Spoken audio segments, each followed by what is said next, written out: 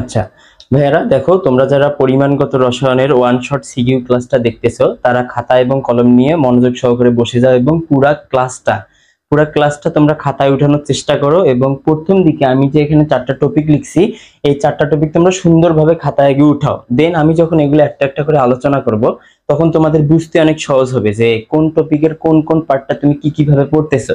এখন যে জায়গাগুলো তোমার সমস্যা হবে বা টেকনিক্যাল মনে হবে যে এই জায়গাটা তুমি বুঝতেছো না, ওই জায়গাগুলো তুমি মার্ক করে রেখে দাও, কালার মার্ক করতে পারো বা আলাদাভাবে তুমি মার্কিং করতে পারো। তৃতীয়ত, তোমাদের যদি কোনো টপিকে বুঝতে সমস্যা হয় বা টপিকটা আরো ডিটেলস দরকার, তোমরা আমাকে কমেন্টে জানাবা যে ভাইয়া এই টার্মটা বুঝি নাই বা এই রিয়াকশনটার আসলে উৎপাদটা কেন এত মোল হইলো, কেন এইটা হইলো। তোমরা যে কোনো কোশ্চেন করতে পারো, বুঝছো, পড়াশোনা রিলেটেড। এখন আসো, আমি তোমাদের পরিমাণগত রসায়নের সিকিউর উপর বেস করে 4টা টপিক দিছি। এই 4টা টপিকের বাইরে বলা যায় যে কোশ্চেন নাই তোমাদের শর্ট সিলেবাসে। তো দেখো, 4টা টপিক যদি আমি দেখি, যে প্রথম আমাদের যে টাইপ 1 যে আমি কোশ্চেন গুলা দিছি সেগুলো হচ্ছে তোমার ছোট ছোট কোশ্চেন। এগুলো তোমরা ক্লাস 9-10-এ করে আসছো, যেমন মোল এবং মোলের গণনা, রাসায়নিক গণনা, এই টাইপ যে সমীকরণগুলো আছে, এই সমীকরণ দিয়ে খুব ছোট্ট ছোট্ট ম্যাথগুলো আসে। তোমরা এই টাইপ 1-এর যে ফর্মুলাগুলো আছে, এই ফর্মুলাগুলা টাইপ 2, টাইপ 3 এবং টাইপ 4-এ যখন যাবা, তখন 1 নম্বর টপিকের ফর্মুলাগুলো অটোমেটিক্যালি কাজে লাগবে, কারণ আমাদের ছোট ছোট অনেকগুলো জিনিস বের করতে হবে। তো টাইপ 1-এর ফর্মুলাগুলোর মধ্যে তোমার ঘনত্ব নির্ণয়, পিপিএম এককে প্রকাশ, এবং পিপিএম একক থেকে তোমার ডব্লিউ/ভি সলিউশনে যাওয়া, মানে ভাইস ভার্সা যে আমাদের ট্রান্সফার গুলা, এই জিনিসগুলো আমাদের আলোচনা করা হয়েছে। তো আমি প্রথম টপিকটার একটা ম্যাথ দিয়ে তোমাদের সবগুলা সূত্র কিভাবে আসছে এই ব্যাপারটা দেখাবো। তো তার আগে তোমাদের কাজ হচ্ছে এগুলো ভাই সুন্দরভাবে টাইপগুলা খাতায়, 4টা টাইপ সুন্দরভাবে খাতায় তোমরা উঠাই নিবা। দ্বিতীয় যে টপিকটা দেখো, 2 বা ততোধিক যে মিশ্রণ থাকে, দ্রবণের মিশ্রণ, এখানে স্পেশালি তোমাদের এই টাইপের ম্যাথগুলা খুবই আসতে দেখা যায়। তো এই টাইপের ম্যাথগুলোর ক্ষেত্রে তোমাদের 2টা দ্রবণ থাকতে পারে বা 3টা থাকতে পারে বা 4টা থাকতে পারে, এদের মিশ্রণের প্রকৃতি চাইতে পারে, ঘনমাত্রা বা পিএইচ, বা তোমার লিটমাস পেপার দিলে তার বর্ণ কিরূপ পরিবর্তন হবে, এই টাইপ ম্যাথগুলো এখান থেকে আসে, এর বাইরে কিছু আসে না। এখন কথা হচ্ছে যে তোমার যে 2টা দ্রবণ দেয়া আছে, এই 2টা দ্রবণের মধ্যে বিভিন্ন রকমের কেমিক্যাল দেয়া থাকে, যেমন অ্যাসিড থাকতে পারে, ক্ষার থাকতে পারে, এদের যে রিঅ্যাকশন গুলা, তো আমি তোমাদের বই থেকে যে যতগুলা রিঅ্যাকশন আছে, টোটাল রিঅ্যাকশন এখানে আমি টোটাল পাইছি 6টা। এই যে 6টা রিঅ্যাকশন তোমাদের দিয়ে দিছি আমি, ABCDEF। তো এখানে বেশিরভাগ রিঅ্যাকশন গুলো তোমরা দেখবা যে অ্যাসিড এবং ক্ষার সম্বন্ধীয় বিক্রিয়া, এবং অ্যাসিড এবং ক্ষার রিঅ্যাকশন করে আমাদের লবণ এবং পানি উৎপন্ন করছে।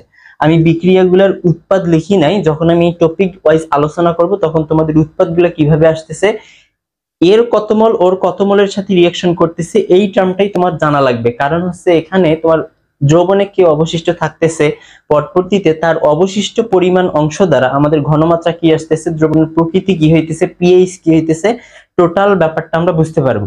এইটা হচ্ছে আমাদের 2 নম্বর টপিকের আলোচনা। 3 নম্বর টপিকটা হচ্ছে আমাদের জারণ বিজারণ বিক্রিয়া, যেটা আমাদের আয়ন ইলেকট্রন পদ্ধতিতে সমতা করতে হবে। তো এই ক্ষেত্রে আমি যে প্রথম 3টা টার্ম লিখছি, যে জারণ সংখ্যা নির্ণয়, অনেকে আছে তোমরা যে জারণ সংখ্যা কি এটা বুঝতে পারো না বা জারণ সংখ্যা নির্ণয় করতে পারো না, তা তাদের ক্ষেত্রে আমি জারণ সংখ্যা একটু শর্টকাটে দেখাই দিব যে এইভাবে জারণ সংখ্যাগুলো নির্ণয় করা হয়।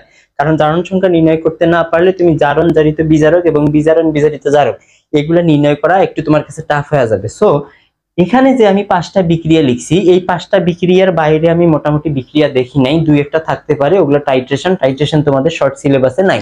সো ওটা দেখে ভাইয়া ভয় পাওয়ার কিছু নাই। তো এই যে এখানে যে 5টা রিঅ্যাকশন আমি দিছি, এই 5টা রিঅ্যাকশন যদি তোমরা আয়ন ইলেকট্রন পদ্ধতিতে সমতা দেখো, আমি 2-3টা দেখাবো, বাকিগুলো তোমরা একটু করবা, যেটা না পাবা আমাকে কমেন্ট বক্সে বলবা যে ভাইয়া এটা পারি না, একটু করায় দেয়। বুঝতে পারছো?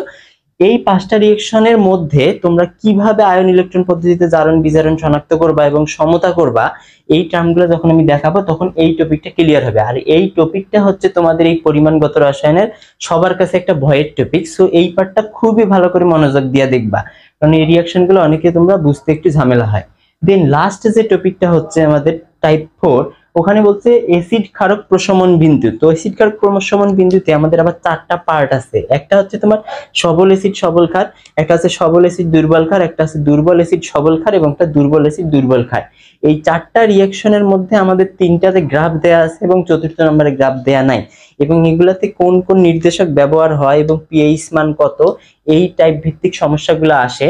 অ্যাজ লাইক আমাদের টাইপ 2 এবং টাইপ 4 এদের যে মানে মিক্স টাইপ কোশ্চেন গুলো দিয়ে দেয়। যেমন তোমার টাইপ 2 তে তোমার দুইটা দ্রবণ দিয়ে দিল এবং দ্রবণ দুইটাতে একটা সবল এসিড এবং সবল ক্ষার দিয়ে দিছে, এবং ঘ নম্বরে গিয়ে বলছে যে এখানে কোন নির্দেশক ব্যবহার করা গ্রহণ উপযোগী বা কোনটি অধিকতর উপযোগী, এইরকম কোশ্চেন দিয়ে দেয়। তো তোমরা নির্দেশকগুলোর নাম মোটামুটি সবাই জানো, ফেনফথেলিন, থাইমাল ব্লু, ক্রিসল রেড। এই টার্মগুলো একটু টেকনিক্যালি আমি দেখাবো বা ট্রিক্স দেখাবো, এগুলো সুন্দরভাবে ভাইয়ারা খাতায় উঠাই নিবা। তো দেখো এই চারটা টপিক যদি তোমরা মোটামুটি বুঝতে পারো তাহলে তোমাদের কাছে অনেক ইজি হয়ে যাবে। তো এখন যদি আমি একটা করে টাইপ শুরু করি, প্রথমত আমি এই ক্লাস যে তোমাদের ওয়ান শট ক্লাসটা তোমাদের 3টা মডিউলে ভাগ করছি। প্রথমত হচ্ছে তোমাদের এর প্রত্যেকটা ব্যাখ্যা আমি দিয়ে দিব যে কোনটা কিভাবে আসতেছে টাইপগুলার। তারপর আমি এই টাইপগুলা থেকে ম্যাথগুলা কিভাবে আসে এক্সাম্পল আকারে একটা একটা করে দেখাই দিব। তৃতীয়ত আমি গিয়ে সিকিউ গুলা সলভ করাবো। তো যখন আমি লাস্ট স্টেজে যা সিকিউ গুলা সলভ করাবো তখন তোমাদের কাছে আর ভাইয়া কিছুই বুঝার বাকি থাকবে না, তোমরা তখন ইজিলি বুঝতে পারবা যে একটা সিকিউ দেখলেই তোমরা বুঝতে পারবা যে কি কিভাবে চলে আসছে। তোমাদের কাজ হচ্ছে তোমরা প্রথম যে দুইটা মডিউল, যে প্রথম তোমরা টপিক গুলা বুঝবা আমি যখন বুঝাবো, দেন টপিক গুলাতে যে এক্সাম্পল গুলা দিব এক্সাম্পল গুলা বুঝবা, দেন তোমরা যখন আমি সিকিউ গুলা লিখবো তোমরা পজ করে সিকিউটা আগে নিজে সলভ করবা যে পারো কিনা, দেন তুমি দরকার হলে দেখবা, না হলে দরকার নাই, দেন পরের ম্যাথটাতে তুমি শিফট করবা। বুঝতে পারছো? তাহলে ভাইয়া আমরা এখন 1 নম্বর টপিক থেকে শুরু করি, তোমরাও একটু খাতা কলম নিয়ে সুন্দরভাবে মনোযোগ সহকারে বসে যাও। তার আগে এই 4টা টপিক সুন্দরভাবে ভাইয়ারা খাতায় উঠায় নাও।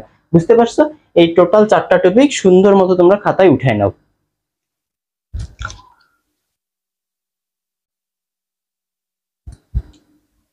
আচ্ছা, তাহলে দেখো আমরা যদি 1 নম্বর টপিকটা আলোচনা করি, 1 নম্বর টপিকে প্রথম যে ফর্মুলাটা দেওয়া আছে n = W/m, n = W/m, এটা মানে হচ্ছে তোমার মোল সংখ্যা = প্রদত্ত ভর ডিভাইডেড বাই আণবিক ভর। এখন মনে করো তুমি H2SO4 বা সালফিউরিক অ্যাসিডের মোল সংখ্যা নির্ণয় করতে চাও। এখন আমি বললাম তোমাকে যে তোমার কাছে 49 গ্রাম সালফিউরিক অ্যাসিড দেয়া আছে এবং 49 গ্রাম 49 গ্রাম H2SO4 সমান কত মোল, তখন তোমার কি দিয়ে ভাগ করা লাগবে? দেখো জাস্ট তুমি কি করবা যে H2SO4 কি 98 গ্রাম সমান কি বলতো 1 মোল, তাহলে তোমার 49 গ্রাম সমান কত মোল হবে?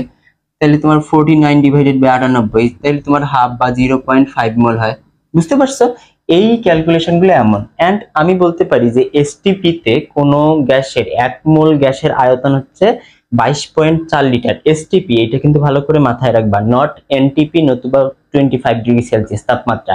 ওদের ক্ষেত্রে তোমার আয়তনটা কিন্তু আলাদা আলাদা, আমি তোমাদের আগের একটা লেকচারে ওটা বলছি।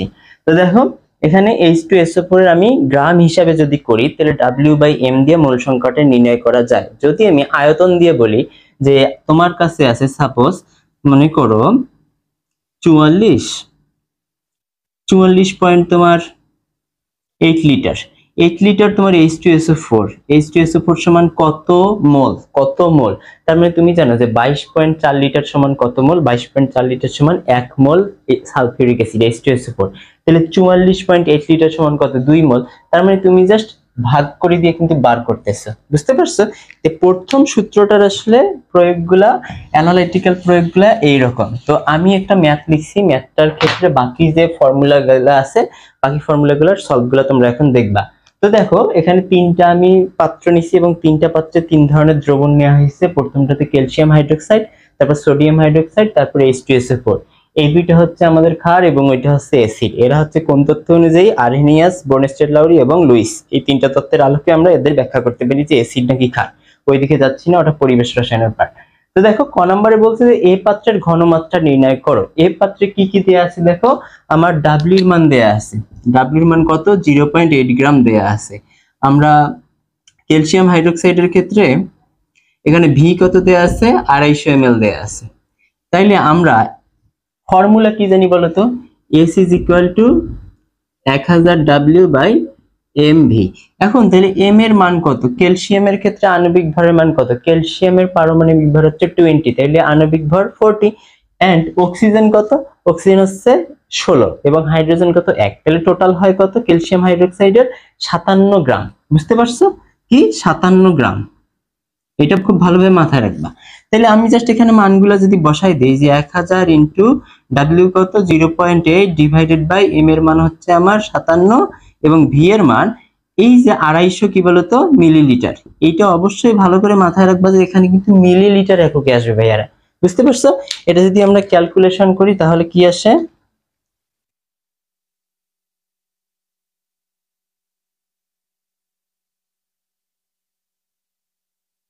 আচ্ছা তাহলে অ্যান্সার আসে আমাদের 0.056। বুঝতে পারছো? এত মোল আসে। এটা হচ্ছে আমাদের ক নম্বরের অ্যান্সার এবং এই ফর্মুলাটার আসলে প্রয়োগ। বুঝতে পারছো?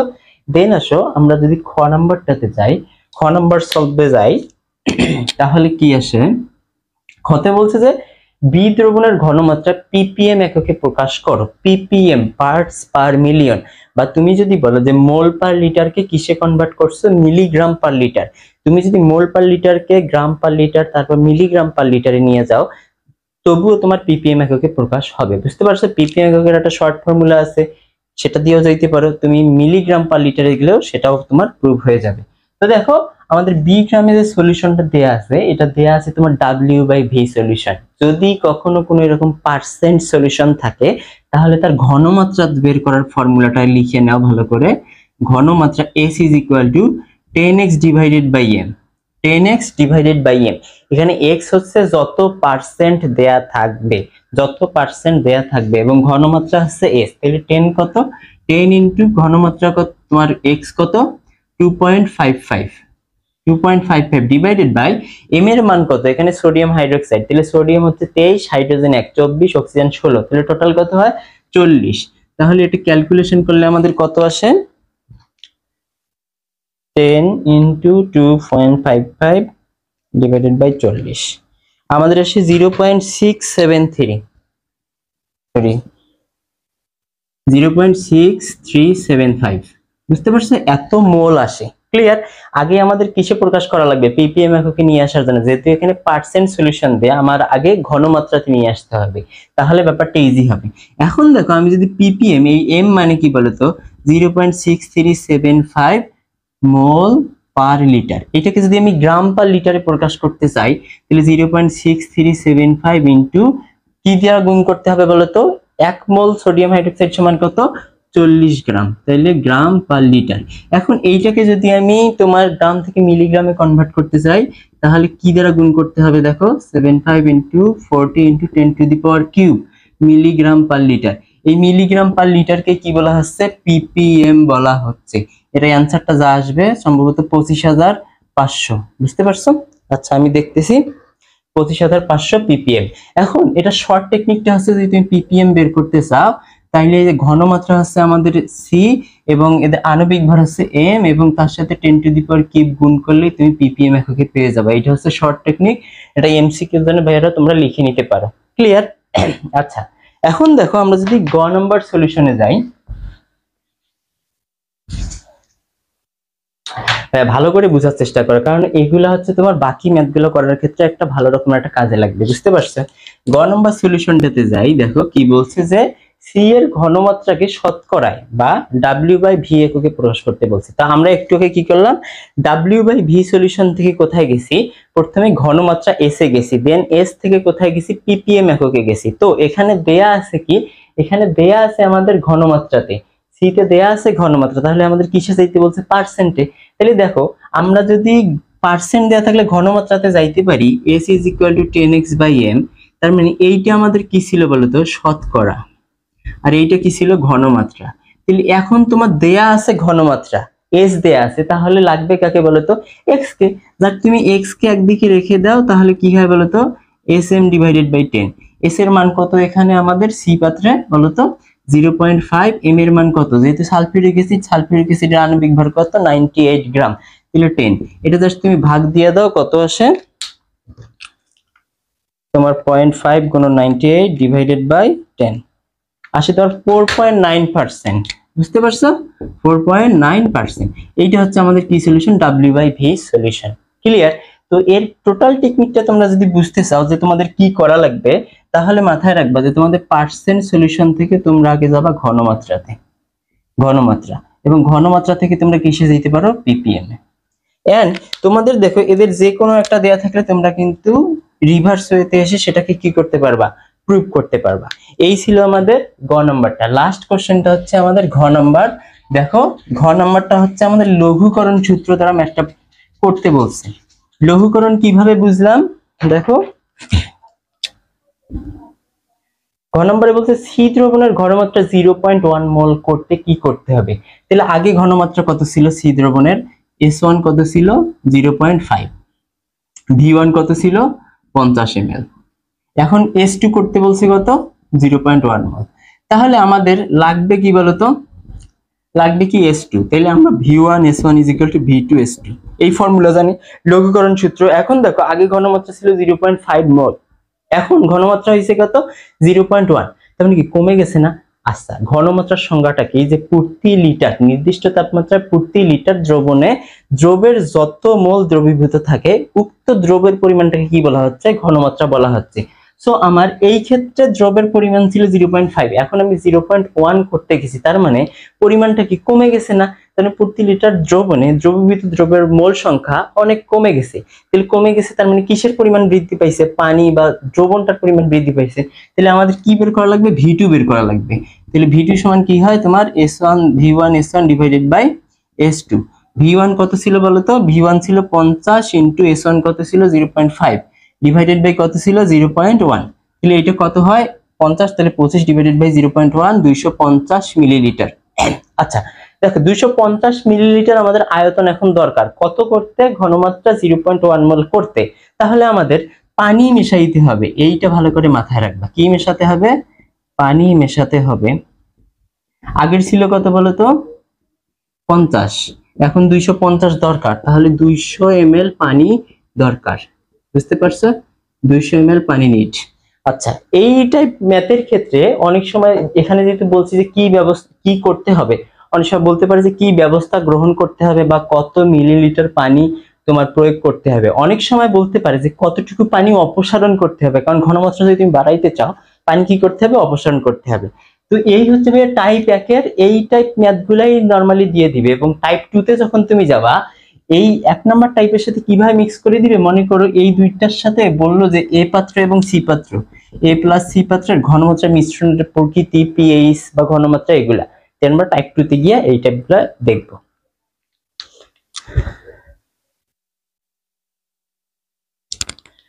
দেখো তাহলে আমাদের টাইপ 2 যে ম্যাথ আছে এই ম্যাথগুলোর ক্ষেত্রে যে মিশ্রণের প্রকৃতি, মিশ্রণের ঘনমাত্রা বা মিশ্রণের পিএইচ এবং পিএইচ স্কেল এবং পিএইচ এর কালার সেন্সটা কেমন আসে, এই টাইপ ম্যাথগুলো আসলে এই টাইপ 2 তে আমি ইনক্লুড করে দিছি। এন্ড এই ম্যাথটা সলভ করাইলে তোমরা অনেক ক্লিয়ার হয়ে যাবে। দেখো গ নাম্বার কোশ্চেনটাতে ক নাম্বার কোশ্চেনটাতে আমাদের কি বলছে যে এ ও বি পাত্রের দ্রবণের মিশ্রণের প্রকৃতি নির্ণয় করো।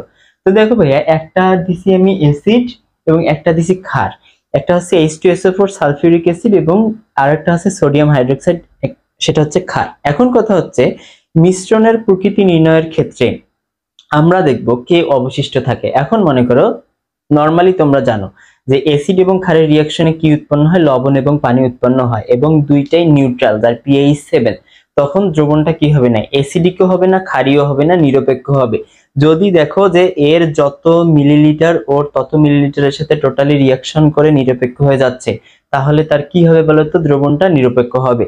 কিন্তু যদি অ্যাসিড অবশিষ্ট থাকে তাহলে দ্রবণটা হবে অ্যাসিডিক, এবং যদি ক্ষার অবশিষ্ট থাকে দ্রবণটা হবে ক্ষারীয়।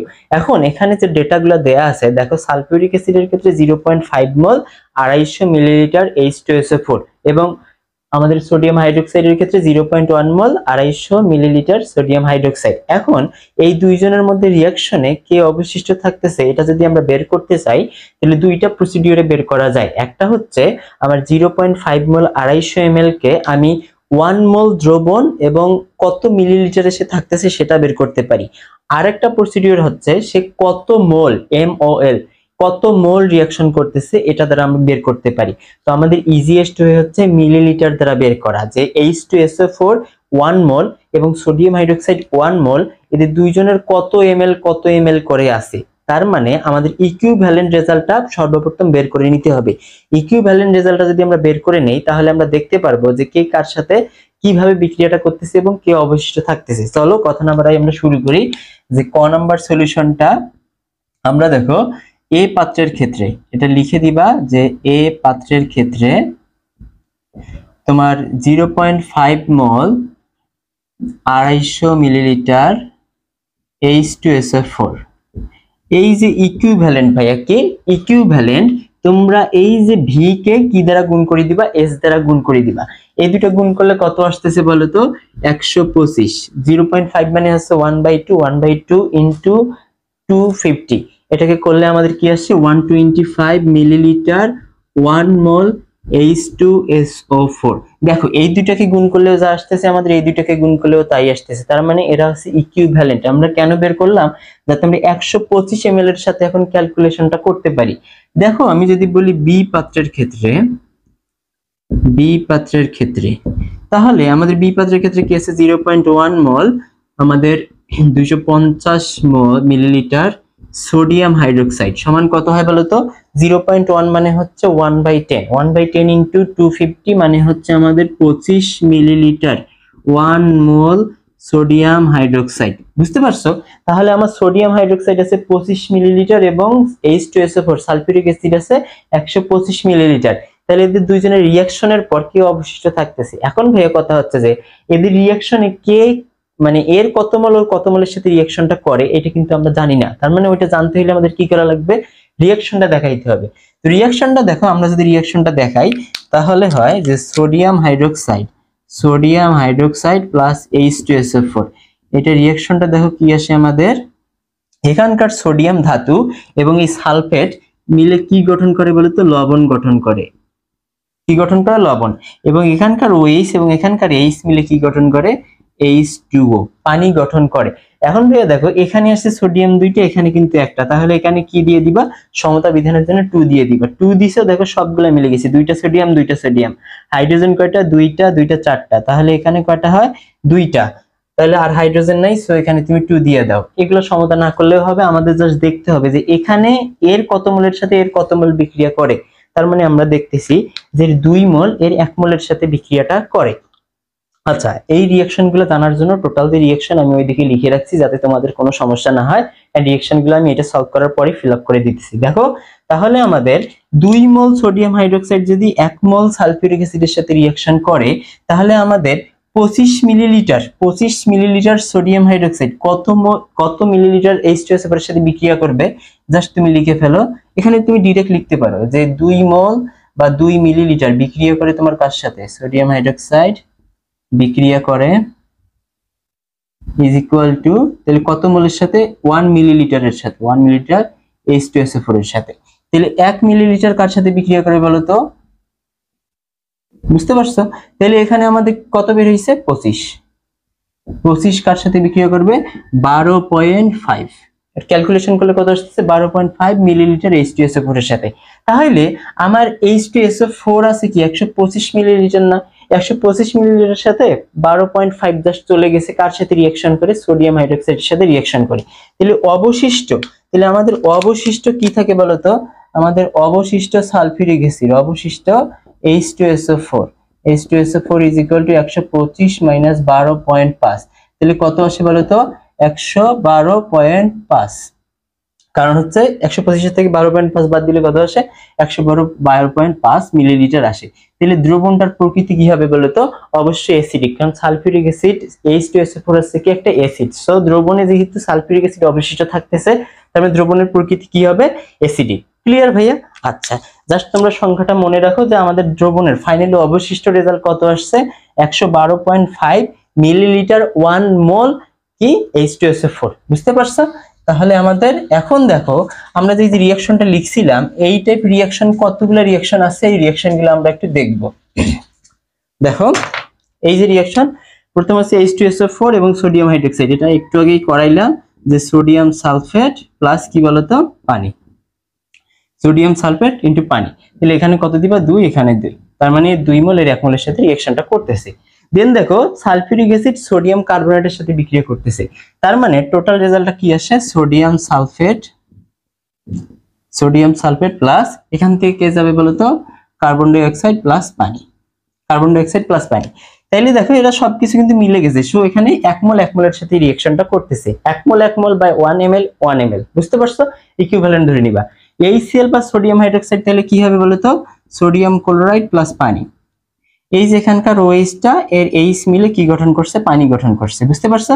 এবং সোডিয়াম এবং ক্লোরিন মিলে কি গঠন করছে, সোডিয়াম ক্লোরাইড। এই ক্ষেত্রে সবগুলাই দেখবা যে এগুলা কি বলতো, লবণ। এগুলো লবণ এবং পানি উৎপন্ন হবে, যেটা সোডিয়াম কার্বনেটের সাথে বিক্রিয়া করবে, ওতে এক্সট্রা হিসেবে একটা কার্বন ডাই অক্সাইড আসবে। ক্লিয়ার? তাহলে দেখো পরের রিঅ্যাকশনটাতে কি আসে, HCl প্লাস সোডিয়াম কার্বনেট। তাহলে এখানে কি আসতেছে, সোডিয়াম ক্লোরাইড প্লাস তোমার পানি প্লাস কি বলতো, কার্বন ডাই অক্সাইড। তাহলে এখানে ছিল দুইটা, যেহেতু সেহেতু এখানে কি হবে, 2 হয়ে যাবে। ক্লিয়ার? কারণ দুইটা ক্লোরিন আছে, এখানে হাইড্রোজেন, এখানে হাইড্রোজেন। তাহলে 2 মোল HCl কত মোল, 1 মোলের সাথে রিঅ্যাকশন করতেছে। তোমরা যে বিক্রিয়াটাই বুঝবা না বা সমতা বুঝবা না, সেটা একটু আমার কমেন্টে বলবে ভাই, তাহলে তোমাদের জন্য ইজি হবে। নাইট্রিক অ্যাসিড এবং সোডিয়াম হাইড্রোক্সাইডের রিঅ্যাকশনে তাহলে কি উৎপন্ন হয়, সোডিয়াম নাইট্রেট প্লাস পানি। বুঝতে পারছো? দেন দেখো লাস্ট একটা রিঅ্যাকশন দিছি, যে এক ক্ষারকীয় অ্যাসিড এবং দ্বি অ্যাসিডীয় ক্ষার, এই টাইপ অনেক সময় কথাবার্তা বলা থাকে, তো আমরা বুঝতেই পারি না যে ঘটনাটা কি। এক ক্ষারকীয় অ্যাসিড মানে ভাইয়া HCl, এবং দ্বি অ্যাসিডীয় ক্ষার মানে হচ্ছে সোডিয়াম কার্বনেট। বুঝতে পারছো? এই রিঅ্যাকশনটা তো একটু আগেই দেখলা। তো এই রিঅ্যাকশন গুলো জাস্ট তোমরা দেখবা, তাহলে তোমাদের এই রিঅ্যাকশন গুলা কি কি দিতেছে এই নিয়ে আর কোনো সমস্যা হবে না, আর প্রসিডিউর ফলো করবা, ম্যাথটা সলভ হয়ে যাবে। এখন দেখো আমরা যদি খ নম্বর সলিউশনে যাই, এটা প্লিজ ভাইয়ারা উঠাই নাও। দেখো এখন যদি আমরা খ নম্বরে যাই, যে মিশ্রণের ঘনমাত্রা 0.1 মোল করতে, তাহলে আমরা ক হতে কি পাইছি বলতো, ক হতে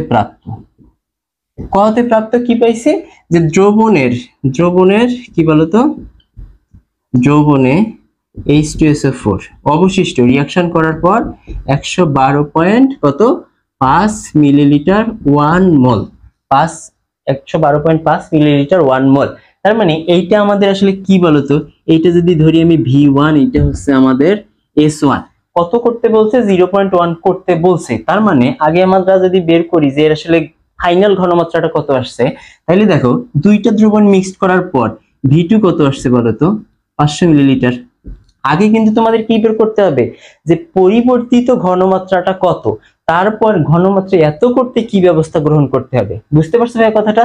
দেখো V2 তাহলে কত, 500 মিলিলিটার। তাহলে আমরা যদি এই ফর্মুলাতে যাই, টাইপ একে যে ফর্মুলাটা দেখছিলাম S2, তাহলে S2 V1 S1 divided by V2। তাহলে দেখো V1 কত, 112.5 ইনটু কত আমাদের 1 ডিভাইডেড বাই 500, তাহলে কত আসে, 112.5 ভাগ হচ্ছে আমাদের 500, তাহলে আসে 0.225। এখন এই ঘনমাত্রাটাকে আমাদের কিসে কনভার্ট করতে বলছে, 0.1 তে কনভার্ট করতে বলছে।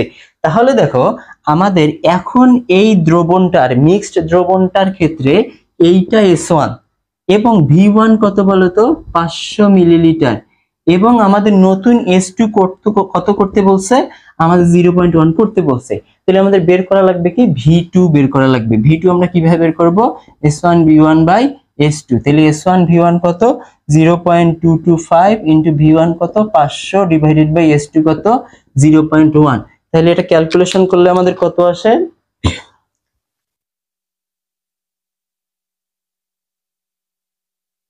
1125 ml ভাইয়া, 1125 মিলিলিটার।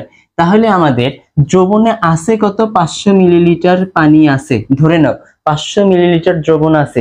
তাহলে আমাদের এক্সট্রা পানি যোগ করা লাগবে কত, এক্সট্রা কি যোগ করা লাগবে, পানি যোগ করা লাগবে। পানি যোগ করা লাগবে কত, 1125 মাইনাস 500, তাহলে কত আসে ভাইয়া, 625 ml পানি যোগ করতে হবে। তাহলে আমাদের ঘনমাত্রা কত আসবে, 0.1 আসবে। তাহলে দেখো আমাদের কিন্তু এত করতে, আমরা কিন্তু আগে কি বের করছি, ঘনমাত্রা বের করে নিছি। আগে ঘনমাত্রা কত বের হয়েছে, 0. কত বের হয়েছে বলতো, 225, 0.225। বাট ঘনমাত্রা এত করতে বলছে 0.1, সেইটা করতে আমাদের কি করা লাগছে, পানি মিক্সড করা লাগছে। কারণ 0.225 যেটা ঘনমাত্রা, সেটা থেকে আমাদের কি করা লাগছে, পাতলা করা লাগছে দ্রবণটা। তাইলে দেখো আমরা খ নাম্বারটা বুঝতে পারলাম। এখন আমরা যদি গ নাম্বারে যাই, যে দ্রবণের পিএইচ বের করতে বলছি, তো পিএইচ এর ফর্মুলাটা নরমালি সবাই জানো, কি বলতো, আচ্ছা ডিরেক্ট লিখে দিই তোমাদের। পিএইচ হচ্ছে তোমার হাইড্রোজেন আয়নের ঋণাত্মক লগারিদমিক ভ্যালু। বুঝতে পারছো? এখানে আমাদের ঘনমাত্রা কত বের হয়েছে, H2SO4 এর ফাইনাল ঘনমাত্রা তোমার 0.225, এখন ঘটনা হচ্ছে এখানে তাহলে H প্লাস আছে কয়টা, দুইটা আছে না, তাহলে এর কত হবে 2 × 0.225। তাহলে এইটা হচ্ছে আমাদের ঘনমাত্রা মাইনাস লগ, তাহলে কি আসতেছে 2 × 0.225।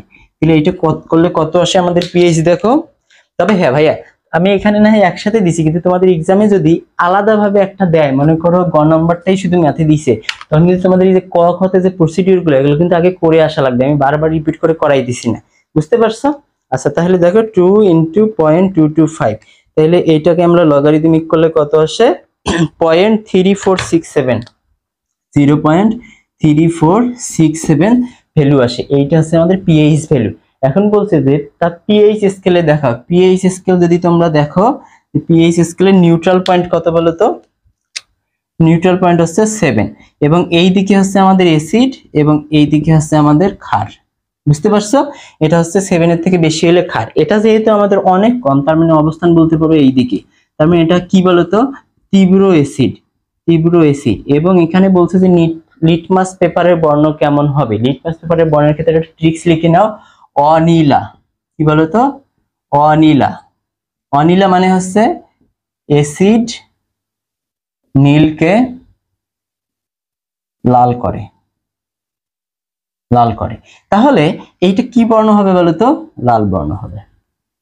আর ক্ষার হইলে কি হইতো? নীল বর্ণ হইতো। এইটা জাস্ট মাথায় রাখবা, বুঝতে পারছো?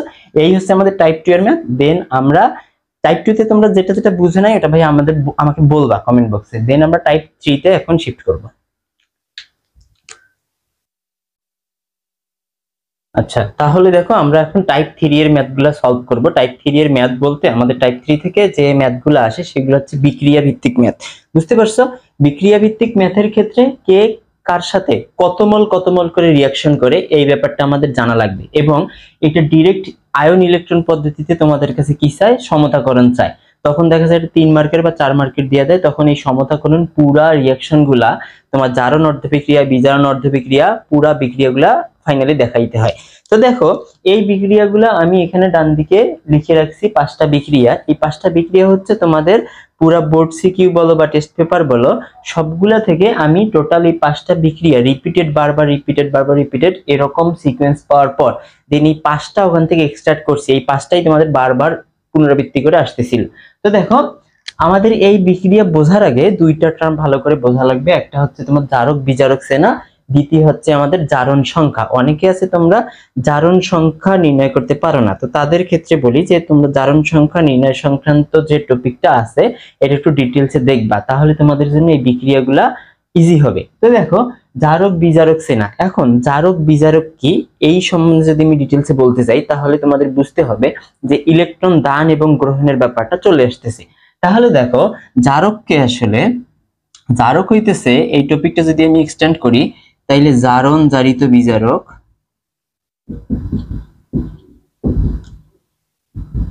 জারণ জারিত বিজারক, এবং আরেকটা হচ্ছে তোমার বিজারণ বিজারিত জারক। এই দুইটা টার্ম খুব ভালোভাবে তোমাদের মাথায় রাখা লাগবে, বুঝতে পারছো? জারণ জারিত বিজারক এবং বিজারণ বিজারিত জারক। এখন আমরা যখন ওই রিঅ্যাকশন গুলা সলভ করতে যাব, ওই রিঅ্যাকশন গুলো হচ্ছে আমাদের জারণ বিজারণ রিঅ্যাকশন। কেউ ইলেকট্রন ত্যাগ করতেছে এবং কেউ ইলেকট্রন গ্রহণ করতেছে। কারা ইলেকট্রন ত্যাগ করতেছে এবং কারা গ্রহণ করতেছে, এই টার্মটা আমাদের বোঝার জন্যই জারক বিজারকটা আমাদের চিনতে হবে। তো জারক বিজারক চেনার জন্য আমি তোমাদের বেশি দিব না, ওই রিঅ্যাকশন থেকে 2টা বা 3টা করে টার্ম দিয়ে দেই, তোমরা খুব ভালো করে মাথায় রাখবা। দেখো জারক আসলে কারা? জারক হচ্ছে তারাই যারা ইলেকট্রন কি করে বলতো? গ্রহণ করে। দেন তাদের পরিবর্তিত অবস্থা, এটা সুন্দরভাবে ভাইয়া খাতায় তুলে নাও। পরিবর্তিত অবস্থা সুন্দর মতো খাতায় তুলে নাও। ওই রিঅ্যাকশনের মধ্যে মাত্র 2টা জারক বিদ্যমান। একটা হচ্ছে তোমার K2Cr2O7, K2Cr2O7, এইটাকে বলা হয় পটাশিয়াম পারম্যাঙ্গানেট। পটাশিয়াম পারম্যাঙ্গানেট না, potassium dichromate, K2Cr2O7 potassium dichromate. যারা এই সংকেতটা চিনো না, তার নামটা দরকার হবে আরে লিখে নাও যে পটাশিয়াম ডাইক্রোমেট, K2Cr2O7। এখানে দেখো এর অবস্থাটা আসলে কি পরিবর্তিত হয়? ক্রোমোনিয়াম 3+ এ কনভার্ট হয়, ক্রোমোনিয়াম 3+। এখন তাহলে ঘটনাটা কি ঘটলো ভাইয়া? এইখানে অক্সিজেনের জারণ মান তোমরা জানো -2, তাহলে 7 দুগুণে কত হয়? 14, এর হয় +2, তাহলে এর হয় অটো +12 তাহলে ক্রোমোনিয়াম দুইটার এখানে কত +12, তাহলে এখানে কয়টা ক্রোমোনিয়াম একটা, তাহলে দুইটা ক্রোমোনিয়াম থেকে যদি আমি একটাতে চাইতে হয় তাহলে +12 থেকে কততে গেছে, তাহলে আগে +6 থেকে +3 তে গেছে, তাহলে কয়টা ইলেকট্রন ত্যাগ করছে তিনটা, তাহলে দুইটা ক্রোমোনিয়াম কয়টা ইলেকট্রন ত্যাগ করছে 6টা।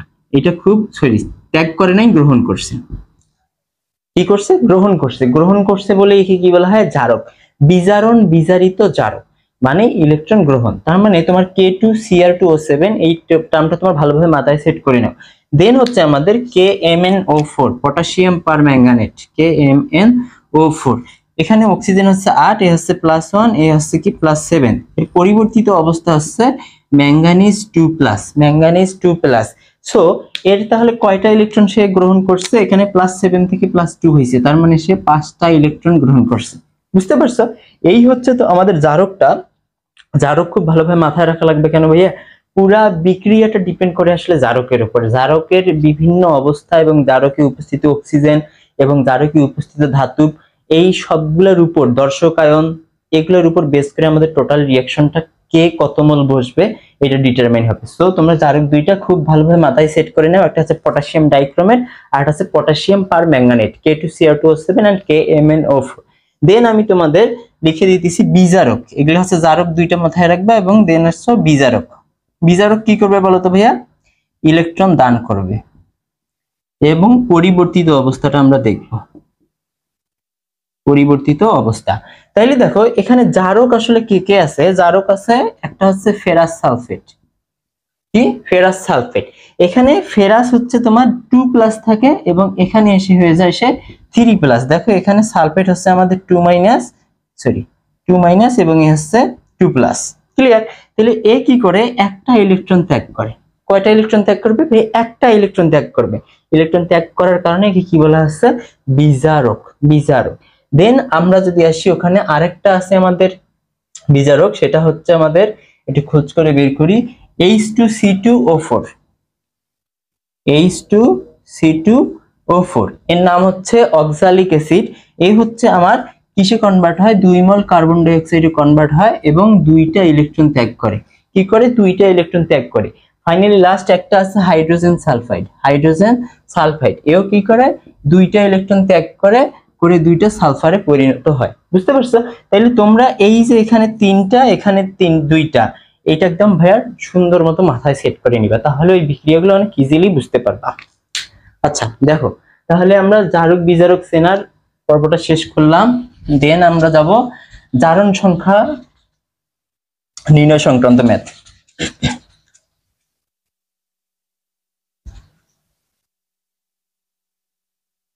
আচ্ছা দেখো, জারণ সংখ্যা নির্ণয় অলরেডি তোমরা বুঝে গেছো, তারপরে আমি একটু দেখাইতেছি। সাপোজ মনে করো আমি তোমাদের বলছি যে KMnO4 এর কেন্দ্রীয় পরমাণুর জারণ মান কত, এটা তোমরা আগেও ফেস করছো। তো দেখো এর কেন্দ্রীয় পরমাণুর জারণ মান যদি তোমরা নির্ণয় করতে যাও, তবে একটা কথা মাথায় রাখতে হবে যে মুক্ত অবস্থায় বা নিরপেক্ষ অবস্থায় যৌগ হোক বা মৌল হোক এদের জারণ সংখ্যা কত, 0। তাহলে এর জারণ সংখ্যা কত বলো তো, 0। এর কেন্দ্রীয় পরমাণু কি ম্যাঙ্গানিজে কি তুমি যদি x ধরো, অক্সিজেন কত হয় বলো তো, অক্সিজেন হচ্ছে -2, তাহলে -2 × 4 কারণ 4 মোল আছে। পটাশিয়াম কত 1। এখন বলতে পারো যে ভাইয়া পটাশিয়াম যে 1 লিখলেন, অক্সিজেন -2 লিখলেন, এগুলো কিসের উপর বেস করে? এগুলো হচ্ছে পটাশিয়াম হচ্ছে আমাদের পর্যায় সারণীতে গ্রুপ 1 এ অবস্থিত, গ্রুপ 1 এ যারা অবস্থিত তাদের জারণ মান ধরা হয় +1, গ্রুপ 2 তে যারা অবস্থিত তাদের ধরা হয় +2, এবং গ্রুপ 13 এর যে অ্যালুমিনিয়াম আছে ওর ধরা হয় কত, +3। এবং অক্সিজেন সাধারণ যৌগে অক্সিজেনের জারণ মান হচ্ছে -2, সুপার অক্সাইডে -1/2 এবং পার অক্সাইডে -1।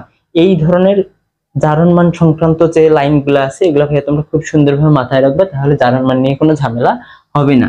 =0, তাহলে দেখো তো কত হয়, তাহলে এখানে হচ্ছে আমার মাইনাসে, এখানে +1 + x = 0, তাহলে x কত হয়, +7। তাহলে আমার ম্যাঙ্গানিজের জারণ মান কত, +7।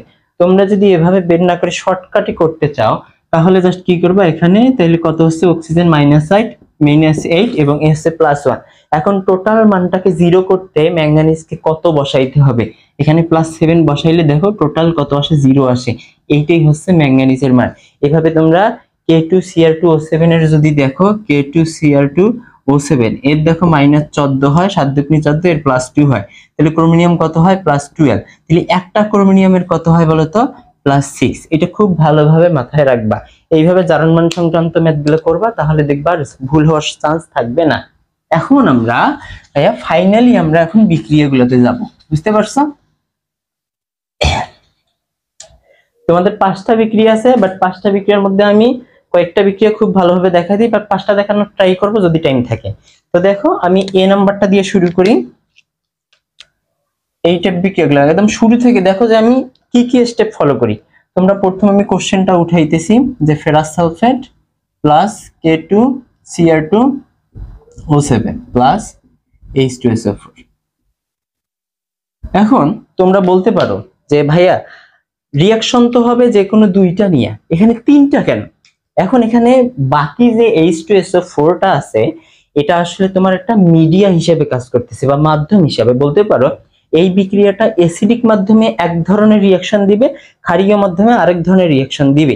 আমি তোমাদের যে পরিবর্তিত জারণ অবস্থা দেখাইছি বা ইলেকট্রন দান গ্রহণ দেখাইছি, সবগুলো দেখাইছি অ্যাসিডিক মাধ্যমে। আর কেন না, কারণ তোমাদের কোশ্চেনগুলো আসে অ্যাসিডিক মাধ্যমে, বুঝতে পারছো ভাইয়েরা? তো দেখো H2SO4 এখানে ওইভাবে মানে সক্রিয়ভাবে কাজ করবে না, আমাদের চিন্তা হবে এই দুইটাকে নিয়ে। এই দুইটার মধ্যে জারককে, প্রথম পয়েন্টটা হচ্ছে জারককে, জারক চিহ্নিতকরণ।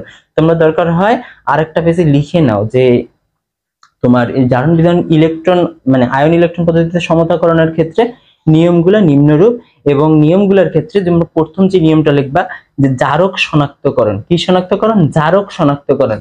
এখানে দেখো তুমি দেখতেই পাচ্ছ যে এ হচ্ছে কি জারক, তার মানে এর কি ঘটবে? বিজারণ ঘটবে। দেন তুমি কাজটা শুরু করে দিবা। দেখো স্টেপ বাই স্টেপ আঁকাবা যে বিজারণ অর্ধ বিক্রিয়া, বিজারণ অর্ধ বিক্রিয়া এইভাবে লিখবা। লিখে এই যে K2Cr2O7 এইটাকে দেখো কি লেখা যায়, Cr2O7 2- লেখা যায়। আমি পটাশিয়ামটাকে উঠাই দিলাম, ও হচ্ছে দর্শক আয়ন। যে আয়নগুলা বিক্রিয়ায় অংশগ্রহণ করে না তাকে বলা হয় দর্শক আয়ন। আমি পটাশিয়ামটাকে উঠাই দিলাম, কেননা এখানে পটাশিয়াম সালফেট এরা হচ্ছে কি দর্শক আয়ন। পটাশিয়ামটা দিলে আমাদের বিক্রিয়াটা কার্বন স্কেলিটাল ফর্মে আসতেছে না, কার্বন স্কেলিটাল বলে ভুল হবে, বা স্কেলিটাল ফরম্যাট, বুঝতে পারছো? দেখো এ কি করে তোমরা জানো যে কয়টা ইলেকট্রন গ্রহণ করে? 6টা ইলেকট্রন গ্রহণ করে এর অবস্থাটা কি হয় বলতো? 2 ক্রোমিনিয়াম 3+।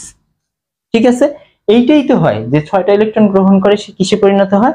2 ক্রোমিনিয়াম 3+। এতটুকু বুঝছো কিনা? এতটুকু বুঝে থাকলে দেন দেখো এই জারকে উপস্থিত অক্সিজেন পরমাণুর সমান সংখ্যক পানি উৎপন্ন হবে। সমান সংখ্যক কি হবে? পানি উৎপন্ন হবে। তাহলে 7 অণু আমাদের পানি উৎপন্ন হবে। এখানে যেহেতু তুমি 7 অণু পানি দিলা, তাহলে হাইড্রোজেন কয়টা এক্সট্রা দিলা বলো তো? 7 দুগুণে 14টা। পানির অণু যতটা থাকবে তার দ্বিগুণ সংখ্যক তুমি কি লিখবা? H+ লিখবা। এই জন্য দেখো 14টা H+ আমি লিখছি। তাইলে বুঝে ভাইয়া, জারক শনাক্তকরণ প্রথম ধাপ। দ্বিতীয় ধাপ হচ্ছে সে কতটা ইলেকট্রন গ্রহণ করতেছে। তৃতীয় ধাপ হচ্ছে তোমার জারকে উপস্থিত অক্সিজেন পরমাণুর সমান সংখ্যক পানি উৎপন্ন হবে, এবং পানিতে যত মোল পানি উৎপন্ন হবে তার দ্বিগুণ সংখ্যক H+ বিক্রিয়কে যোগ হবে। ক্লিয়ার? এই ধাপগুলো তোমরা লিখবা। এইটা হচ্ছে আমাদের বিজারণ অর্ধবিক্রিয়ার কাজ শেষ। আমাদের কঠিন পার্টটাই হচ্ছে পুরা এই বিক্রিয়াটার, এই তোমার বিজারণ অর্ধবিক্রিয়াটা। এখন দেখো জারণ অর্ধবিক্রিয়া লিখলে তোমাদের অনেক ইজি লাগবে। জারণ অর্ধবিক্রিয়া, জারণের ক্ষেত্রে আমরা এখানে ফেরাস সালফেট আছে যেহেতু, আমরা শুধু কি লিখবো? Fe2+। সে কি করে বলতো? একটা ইলেকট্রন ত্যাগ করে। একটা ইলেকট্রন ত্যাগ করে কিসে পরিণত হয়? Fe3+ এ পরিণত হয়। ঠিক আছে, এখন এই দুইটাকে আমরা কি করে দিব? যোগ করে দিব ভাইয়ারা। কি করে দিব? যোগ করে দিব। তোমরা প্রতিস্থাপন এবং এয়ার বিক্রিয়া সম্পর্কে পড়ছো না? ক্যামেরার মধ্যে আবার মশা বসছিল, বুঝতে পারছো? আচ্ছা দেখো, এটা যখন আমরা যোগ করব তখন আমাদের কি করতে হবে? একটু সমতা করে নিতে হবে। কি রকম সমতা? আমাদের এই 6টা ইলেকট্রন থেকে একটা ইলেকট্রন কিন্তু বাদ গেলে আরো 5টা ইলেকট্রন থাকতেছে। তাইলে আমরা কি করব? একে 6 দিয়ে গুণ করে দিব। তাহলে 6টা ফেরাস কি করতেছে? 6টা ইলেকট্রন ত্যাগ করে 6টা ফেরিক আয়নে পরিণত হইতেছে। তাইলে আমাদের কি করা সুবিধা হবে? যোগ বিয়োগ করা সুবিধা হবে। তাইলে দেখো আমি এখন এটাকে কেটে দেই। তাইলে কি কি লেখা যায় বলতো? Cr2O7 2 মাইনাস প্লাস 6 মোল Fe2 প্লাস প্লাস কি লেখা যায় 14 মোল H প্লাস, দেন কি লেখা যায় আমাদের 2 মোল Cr3 প্লাস প্লাস কি লেখা যায় 6 মোল Fe3 প্লাস প্লাস 7 মোল পানি। এই যে আমাদের দেখো একটা রিঅ্যাকশন আসলো জারণ অর্ধবিক্রিয়া এবং বিজারণ অর্ধবিক্রিয়ার ফলাফল। দেন আমাদের যেটা আমরা কাজ সেটা হচ্ছে চতুর্থ নম্বর স্টেপটা লেখো যে আমরা এখন দর্শক আয়নগুলো যোগ করব।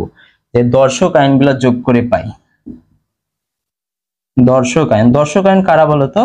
দর্শক আয়ন হচ্ছে পটাশিয়াম প্লাস সালফেট 2 মাইনাস যোগ করে পাই। তাহলে যোগ বলতে কি যোগ জানো? এদের বন্ডের সাথে তুমি যোগ করে দিবা। যেমন এখানে কি ছিল বলতো? Cr2O7 এর সাথে পটাশিয়াম ছিল, সো K2Cr2O7 এর কাজ শেষ। এখানে কি ছিল 6 মোল ফেরাসের সাথে কি ছিল বলতো? সালফেট ছিল, কাজ শেষ। এখানে কি হবে? এখানে দেখো H প্লাসের সাথে আসলে সালফেটটা এসে যুক্ত হবে। যেহেতু সালফেট যুক্ত হবে সেহেতু তোমার এখানে কত মোল H প্লাস আছে বলতো? 14 মোল H প্লাস আছে। এখন তুমি যদি H2SO4 লেখো তাহলে দেখো এখানে কিন্তু দুইটা গেছে, এখানে যদি আমি 7 দেই 7 দুগুণে 14টা H প্লাস কিন্তু ফিল আপ হয়ে যায়। বুঝতে পারছো ভাইরা? দেখো দেন আমার বাম দিকের কিন্তু রিঅ্যাকশন গুলা শেষ। কে কার সাথে কত মোল? 1 মোল পটাশিয়াম ডাইক্রোমেটের সাথে 6 মোল ফেরাস সালফেট কি করে রিঅ্যাকশন করে। আমাদের কিন্তু কাঙ্ক্ষিত রেজাল্ট এইটাই দরকার ছিল, আর এইটা কিন্তু বের হয়ে গেছে। বাকিটা যদি সমতা করতে বলছে আমাদের করতে হবে। দেখো এখানে কি হয় ক্রোমিনিয়াম সালফেট, তাহলে Cr2SO4 3। তাহলে দেখো এখানে ক্রোমিনিয়াম ছিল দুইটা কিন্তু হয়ে গেছে, সো 2 বসানোর আর কোনো দরকার নাই। দেখো তারপর ফেরাস আছে না, তাহলে এখানে কি হয় Fe2SO4। বুঝতে পারছো? Fe2SO4, তাহলে এখানে ফেরাস ছিল 6টা, এখানে আছে 2টা, তাহলে 3 দুগুণে 6 ফিল আপ হয়ে গেল। বুঝতে পারছো? দেন আসো আমাদের কি আছে? পানি আছে 7 অণু পানি। এখন আরো একটা বিষয় আছে, সেটা হচ্ছে পটাশিয়াম। এখানে যে ধাতুগুলা ছিল প্রত্যেকটা ধাতুর কি হবে? সালফেট গঠন হবে, সো এখানে এক্সট্রা কি আসবে? Potassium sulphate. বুঝতে পারছো? এখন দেখো এটা যে আসলে হয়েছে কি হয় নাই, এই যে এখানে 7 মোল H2SO4, এখানে দেখো 7 মোল পানি। এবং রিঅ্যাকশনটা যদি তোমরা যদি পুরা পটাশিয়াম বলো বা সালফার বলো বা অক্সিজেন বলো বা হাইড্রোজেন সবগুলো যদি মানে মিলাও, হিসাব মিলাও, এদের দেখবা সংখ্যাটা কি হয়েছে? সমান হয়েছে। তো এই প্রথম বিক্রিয়াটা আমি অনেক বড় করে দেখাইলাম যেন তোমরা অনেক ক্লিয়ারলি বুঝতে পারো। দেন আমরা দ্বিতীয় বিক্রিয়া দেখি। দেখো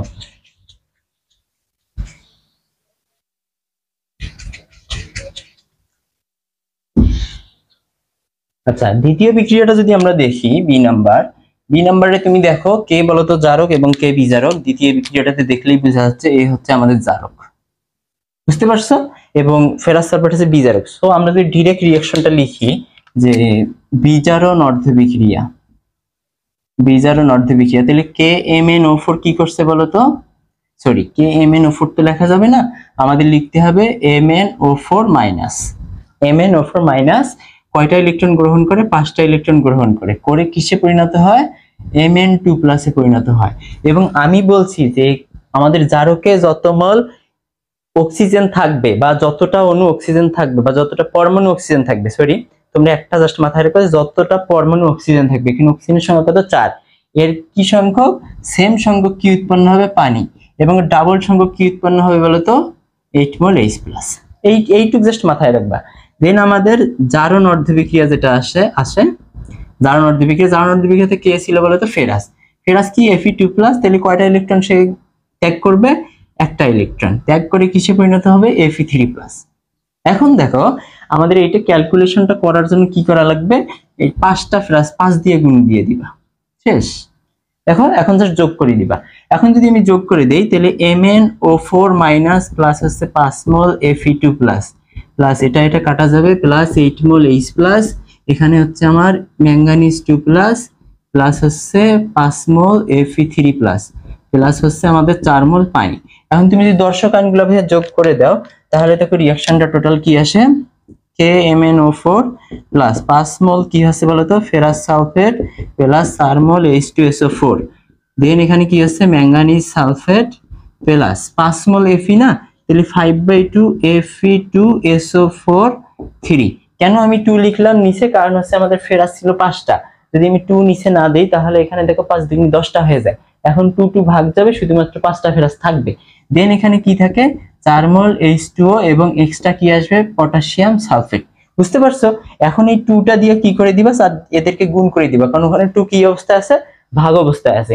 এই সমতাগুলো তোমরা যেন অনেক ক্লিয়ারলি ভাবে বুঝতে পারো, না হলে কিন্তু ভুল হয়ে যাবে। বুঝতে পারছো? তাহলে 10 মোল ফেরাস সালফেট প্লাস 4 দুগুণে কত হয় 8 গুণ H2SO4, এখানে কত হয়, এখানে যা যা আছে তাই তাই, জাস্ট 5 মোল কি হবে Fe2SO4। বুঝতে পারছো? যা যা আছে তাই তাই, জাস্ট তোমরা এই মেকানিজম গুলো বোঝার চেষ্টা করবা। তোমাদেরকে আর একটা জাস্ট আমি করাই দিব, আর বাকিগুলো জাস্ট ক্লু দিয়ে দিব, তোমরা সলভ করবা। যদি ভাইরা বুঝতে না পারো সেটা আমাকে একটু কমেন্টে বলবা যে ভাই এই রিঅ্যাকশনটা বুঝতে পারিনি। তোমাদেরকে এখন আমি একটা দেখাবো, সেটা হচ্ছে ডি নাম্বারটা দেখাই। দেখো ডি নাম্বারটা দেখাই। ডি নাম্বারটাতে জারককে বুঝতেই পারতেছো, এ হচ্ছে কি জারক MnO4। তাইলে আমি ডাইরেক্ট দিলাম যে MnO4 মাইনাস, লিখবা। বুঝছো? তোমরা সুন্দর মতো লিখবা। সে কি করে বলতো, 5টা ইলেকট্রন গ্রহণ করে কিসে পরিণত হয়, Mn2+ পরিণত হয়, এবং সে এখানে 4 পরমাণু অক্সিজেন আছে, 4 অণু পানি। বুঝতে পারছো? তাইলে এখানে দেখো 4 অণু পানি, তাহলে এখানে কি হবে 8 অণু H+। এই তো আমাদের বিজারণ অর্ধবিক্রিয়াটা শেষ, বিজারণ অর্ধবিক্রিয়া শেষ। এখন জারণ অর্ধবিক্রিয়াটা কি লিখবা, আমাদের এইটা যেহেতু তোমার করাই নেই, দেখো ভালো করে দেখো, H2C2O4। তাহলে H2C2O4 এর মধ্যে কি লেখা যায়, C2O4 2- লেখা যায়। এবং একে কি বলছি, যে 2টা ইলেকট্রন ত্যাগ করে কিসে পরিণত হয়, 2 মোল কার্বন ডাই অক্সাইডে পরিণত হয়।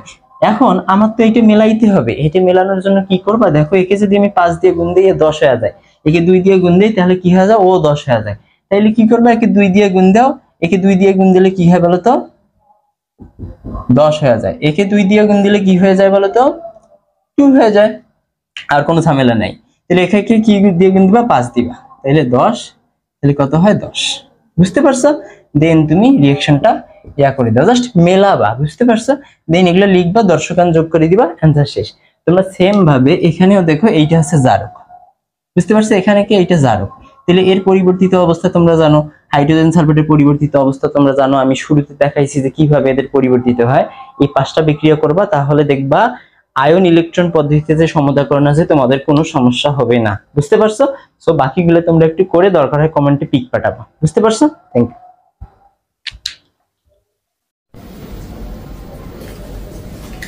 আচ্ছা দেখো, আজকে আমাদের একদম লাস্ট পার্ট, সেটা হচ্ছে টাইপ 4 এসিড ক্ষারক প্রশমন বিন্দু। এখন কথা হচ্ছে ভাই, এসিড ক্ষারক প্রশমন বিন্দু দিয়ে কোন টাইপ কোশ্চেন আসতে পারে।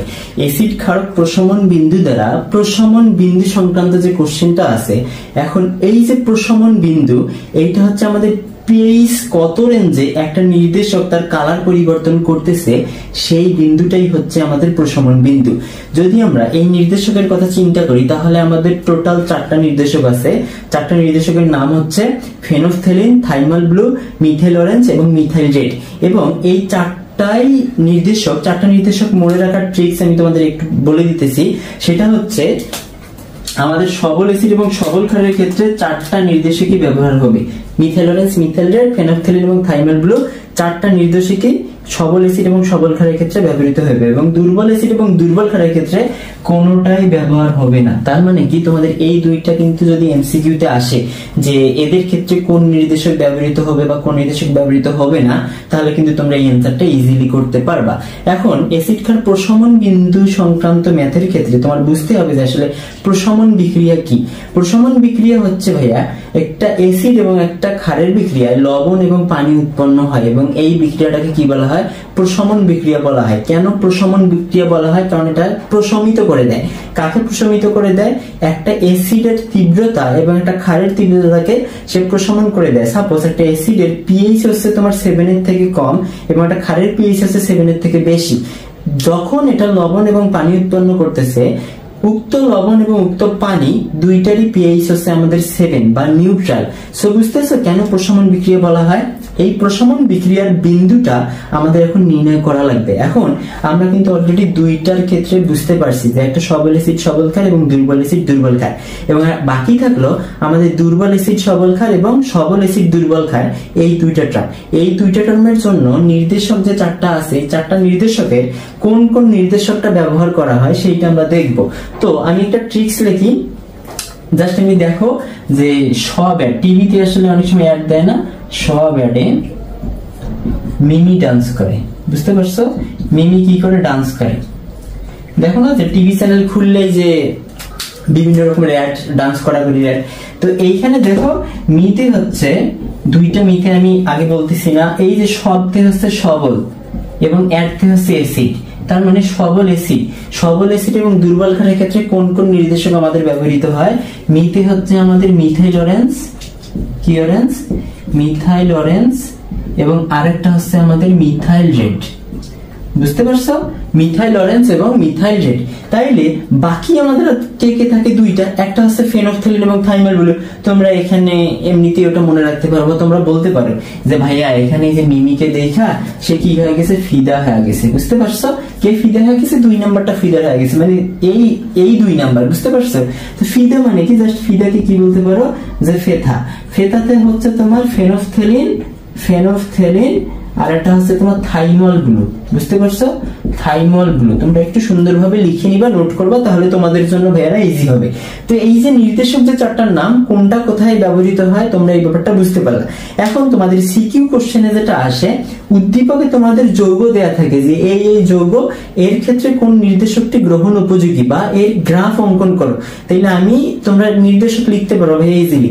এখন কথা হচ্ছে তোমরা কিভাবে চিনবা যে একটা সবল অ্যাসিড এবং সবল ক্ষার বা একটা দুর্বল অ্যাসিড এবং দুর্বল ক্ষার? আমি লিখে দেই, সবল অ্যাসিডের মধ্যে হইতেছে তোমার HCl H2SO4, এই দুইটার নাম তোমরা মাথায় রাখবা যে সবল অ্যাসিড। কি সবল অ্যাসিড? এই দুইটার নাম মাথায় রাখবা যে এরা দুইজন হচ্ছে সবল অ্যাসিড, HCl H2SO4। এবং পটাশিয়াম হাইড্রোক্সাইড, সোডিয়াম হাইড্রোক্সাইড তোমাদের বইয়ের আলোকে বলতেছি, মানে যে কটা তোমাদের বইয়ে আছে, এই দুইটা হচ্ছে তোমাদের সবল ক্ষার, কারণ OH মূলক আছে, এরা পানিতে একদম 100% কি হয়, আয়নিত হয় এবং হাইড্রক্সিল আয়ন দ্রুত তোমার দান করে দেয়। তো এইটা হচ্ছে সবল ক্ষার এবং এটা হচ্ছে সবল অ্যাসিড। তাহলে দুর্বল অ্যাসিড কালে দুর্বল অ্যাসিড জাস্ট একটা মাথায় রাখবা, CH3COOH, বা তোমরা বলতে পারো যে ভাই ভিনেগার বা CH3COOH, ইথানোয়িক অ্যাসিডের 6 থেকে 10% জলীয় দ্রবণকে কি বলা হয়, ভিনেগার। এটা হচ্ছে পানিতে খুব কম পরিমাণ দ্রবীভূত হয় এবং এইটাকে কি বলা হয়, দুর্বল একটা অ্যাসিড, কি দুর্বল অ্যাসিড। এখন দুর্বল ক্ষার দুইটা জাস্ট মাথায় রাখবা তোমরা, একটা হচ্ছে Na2CO3 সোডিয়াম কার্বনেট এবং একটা হচ্ছে অ্যামোনিয়াম হাইড্রোক্সাইড, এই দুইটা হচ্ছে দুর্বল ক্ষার। তাহলে সবল অ্যাসিড সবল ক্ষার, দুর্বল অ্যাসিড এবং দুর্বল ক্ষার, এই টার্ম কয়েকটা করে যে দুইটা একটা করে আমি এক্সাম্পল দেখালাম, এই কয়েকটা দিয়ে তোমাদের বইতে এক্সাম্পল গুলা দেয়া এবং ম্যাথ গুলাও আসে, এগুলা দিয়ে, বুঝতে পারছো? এবং উদ্দীপকেও এরাই থাকে, সে এই কয়েকটা জাস্ট মাথায় রাখবে। এখন আমরা গ্রাফ গুলা দেখবো, তার আগে আমরা রিঅ্যাকশন গুলো তোমরা অবশ্যই এমনিতেই পারবা। দেখো রিঅ্যাকশন গুলোতে কি কি হচ্ছে, এখানে আমাদের কি উৎপন্ন হইতেছে, তোমার সোডিয়াম ক্লোরাইড প্লাস কি পানি উৎপন্ন হইতেছে, প্রত্যেক ক্ষেত্রে পানি উৎপন্ন হবে। এখানে CH3COON উৎপন্ন হইতেছে প্লাস কি হইতেছে, পানি উৎপন্ন হইতেছে।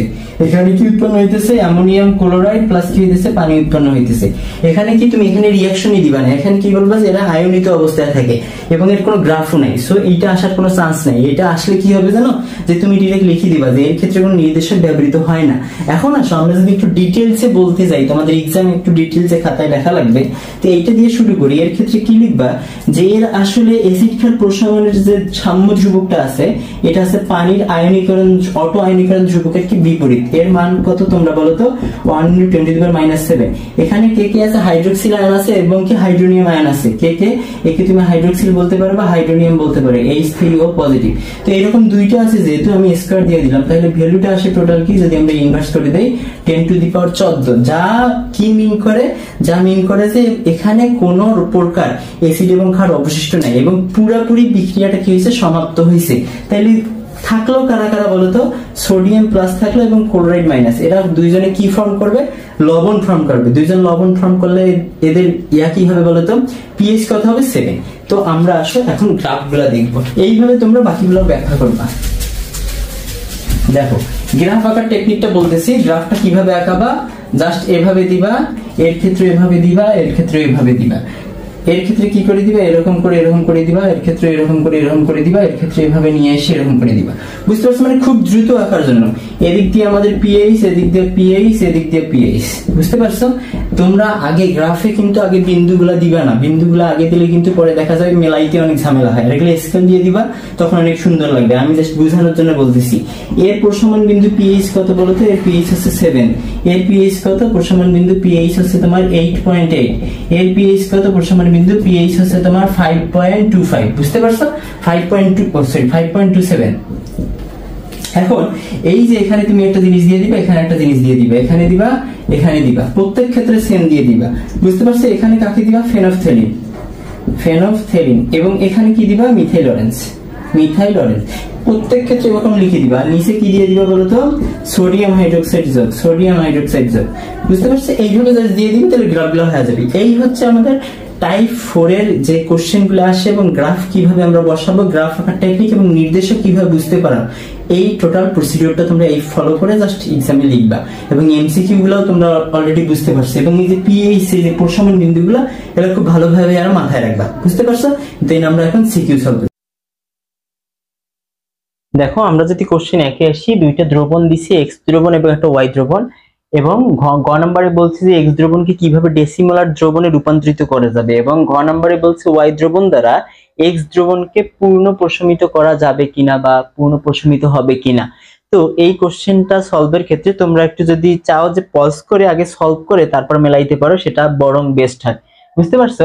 তো দেখো আমি সলভ করে দেই যে এখানে তোমাদের সমস্যাগুলো কি কি। এক ক্ষারকীয় অ্যাসিড নাসে না, বা দ্বিক্ষারকীয় দ্বিঅ্যাসিডীয় ক্ষার নাসে না, এবং এই যেখানে ডেসিমোলার বলছে এইটা কি, এবং পূর্ণ প্রশমিত বলতে কি বুঝাইছে। তো কোশ্চেন গুলাতে এটা একটা বোর্ড কোশ্চেন, একটু এরকম প্যাচ দিতেই পারে। তো দেখো প্রথম কোশ্চেনটা ডেসিমোলার, ডেসিমোলার মানে হচ্ছে 0.1 মল। কত মল? 0.1 মল। এই দ্রবণটাকে তুমি 0.1 মল ঘনমাত্রায় নিয়ে আসতে কি করা লাগবে? তো তুমি গ নাম্বার সলিউশনে দেখো, তুমি ফর্মুলা জানো V1S1 = V2S2। তার মানে আমার কি চাইছে? V2 চাইছে। V1 কত বলো তো? 20 ml। S1 কত? 0.5। আমার S2 কত? 0.1। তার মানে এটা কত হয়? 10/0.1। তার মানে এটা হয় তোমার 100 মিলিলিটার। তার মানে এখানে কত ml পানি যোগ করা লাগবে? আগে থেকে আসে 20 এবং এখন আসতেছে 100। তার মানে তোমার হচ্ছে 80 ml পানি কি করতে হবে বলো তো? যোগ করতে হবে, যোগ করতে হবে। এটা হচ্ছে তোমার দ্রবণের যে লঘুকরণ সূত্রটা, এই ফর্মুলা প্রয়োগ করে আমরা করতে পারি। ঘ নাম্বার সলভে দেখো আমাদের যখন পূর্ণ প্রশমনের কথা বলছে তখন কিন্তু আমাদের কোন ফর্মুলা আসছে, যে দ্রবণের যে মিশ্রণের প্রকৃতি বা মিশ্রণের ঘনমাত্রা। তার মানে মিশ্রণটা আসলে কি আসবে? বুঝতে পারছো? ওয়াই দ্রবণ দ্বারা এক্স দ্রবণ, তাহলে ওয়াই দ্রবণে একটা যৌগ আছে এবং এক্স দ্রবণে একটা যৌগ আছে। তো ওয়াই দ্রবণে এক ক্ষারকীয় অ্যাসিড আমরা কি ধরতে পারি? HCl ধরতে পারি। একে কি ধরতে পারি? সোডিয়াম কার্বনেট ধরতে পারি। তাইলে আমাদের আগে কি করা উচিত? এর কত মোল এর কত মোলের সাথে রিঅ্যাকশন করে সেইটা, এবং অবশিষ্টটা বের করে আমরা দেখতে পারি যে অবশিষ্ট থাকে কিনা। যদি অবশিষ্ট না থাকে তাহলে পূর্ণ প্রশমিত করতে পারবে বা পূর্ণ প্রশমিত হবে। যদি অবশিষ্ট থাকে তাহলে হবে না। তাহলে আমরা দেখো এখন এই HCl এবং সোডিয়াম হাইড্রোক্সাইডের করার আগে আমরা কি করতে পারি, যে এদেরকে তোমার ইকুইভ্যালেন্ট রেজাল্টে নিয়ে আসতে পারি। ইকুইভ্যালেন্ট কেমন? যে 0.5 মল, 0.5 মল 20 ml, 20 ml তোমার HCl ইজ ইকুয়াল টু কত হয় বলো তো? ইকুইভ্যালেন্ট 0.5 দিয়ে 20 কে গুণ করলে কত হয়? 10, 10 ml 1 মল HCl। এখানে আমাদের কি আসে, যে 0.1 মল কত? 25 ml, 25 ml Na2CO3 sodium carbonate equivalent is equal two 25 দিয়ে গুণ করলে 2.5 ml 1 মল সোডিয়াম কার্বনেট। তো দেখো এখন হচ্ছে আমরা দেখব যে এর কত মোল ওর কত মোলের সাথে রিঅ্যাকশন করে। তো আমরা যদি রিঅ্যাকশনটা দেখি যে HCl এবং সোডিয়াম কার্বনেট, তাহলে দেখো রিঅ্যাকশনটা কি হয়, যে সোডিয়াম এখান থেকে ক্লোরিনটাকে নিয়ে যায় এবং ওখানে কি উৎপন্ন হয়? পানি উৎপন্ন হয়, এবং কি উৎপন্ন হয়? কার্বন ডাই অক্সাইড উৎপন্ন হয়। এখন কথা হচ্ছে এখানে সোডিয়াম ছিল দুইটা, এখানে একটা, সো এখানে 2 দিয়ে দাও। ক্লোরিন দুইটা উৎপন্ন হইলো, সো এখানে তুমি 2 দিয়ে দাও। তাহলে 2 মোল HCl আমাদের 1 মোল সোডিয়াম কার্বনেটের সাথে বিক্রিয়া করতেছে। তাহলে এটা লিখে ফেলো যে 2 মোল বলতে কি বুঝাচ্ছে? আমি যদি ml দিয়ে হিসাব করি, যে 2 ml HCl বিক্রিয়া করে তোমার ইকুয়াল টু কত মোলের সাথে? 1 মিলিলিটার সোডিয়াম কার্বনেটের সাথে, কিন্তু আমাদের বেশি আছে কি বলতো, HCl বেশি আছে। সো আমরা হিসাবটা অপোজিট থেকে করব, এইভাবে করব না। যার পরিমাণ কম থাকে তাকে আমরা কোন দিকে লিখব, বাম দিকে লিখব।